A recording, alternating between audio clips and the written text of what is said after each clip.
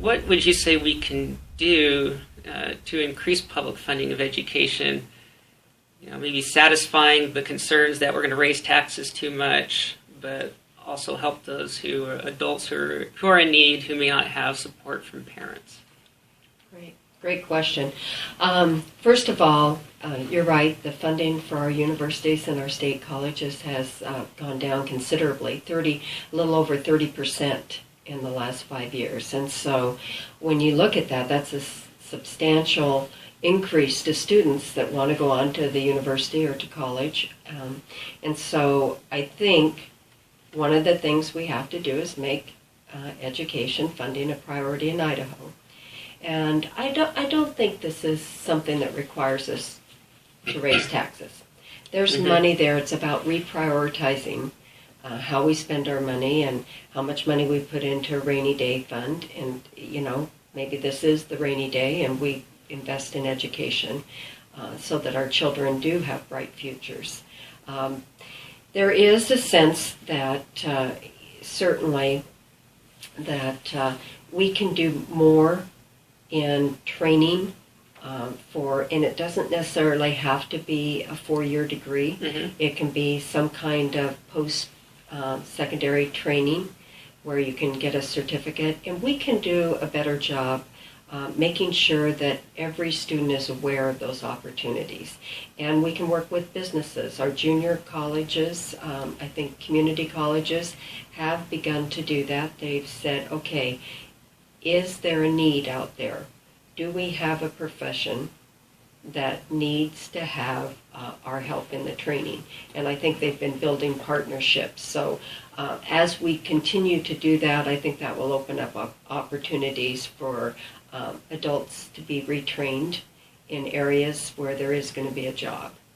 Now, having said that, the thing that we are told over and over again with businesses that are looking to locate in Idaho is that they need a highly skilled workforce. And that requires that we put money into education, not only in K-12, but certainly in secondary education.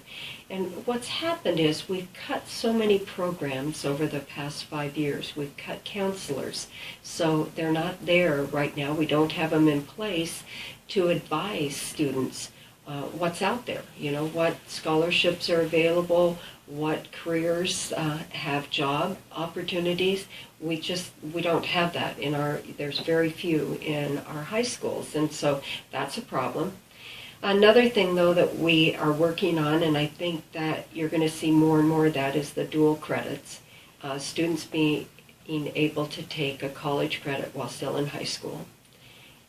And that's easier for some students that are in areas where there is a community college and or a 4-year university or college. But we do have online opportunities. So I think you'll see more money being put into that program as we move down that road, and hopefully that will help some of the problem. But it is a serious problem. We do not have enough students going on in Idaho.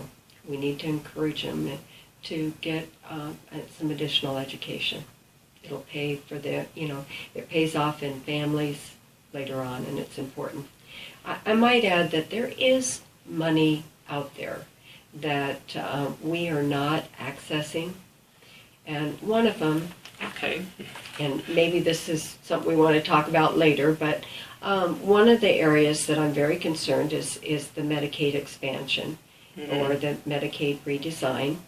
Idaho has the ability to put a plan in place, but right now we are leaving over $60 million on the table that we're not accessing. That's money we could use for education or other programs, or even transportation, roads, bridges.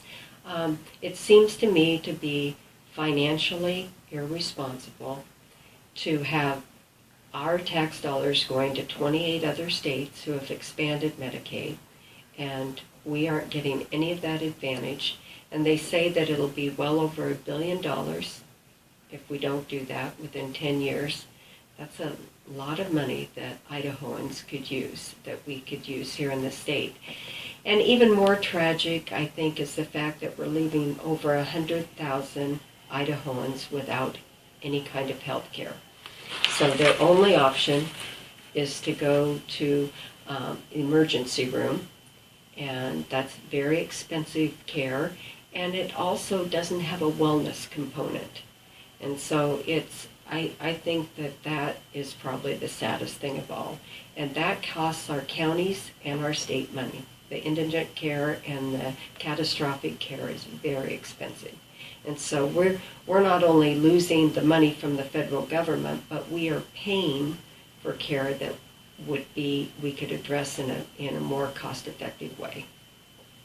Okay, great. Now, I've heard some complain that the federal government can't afford this program, and I guess that's their rationale for opposing it.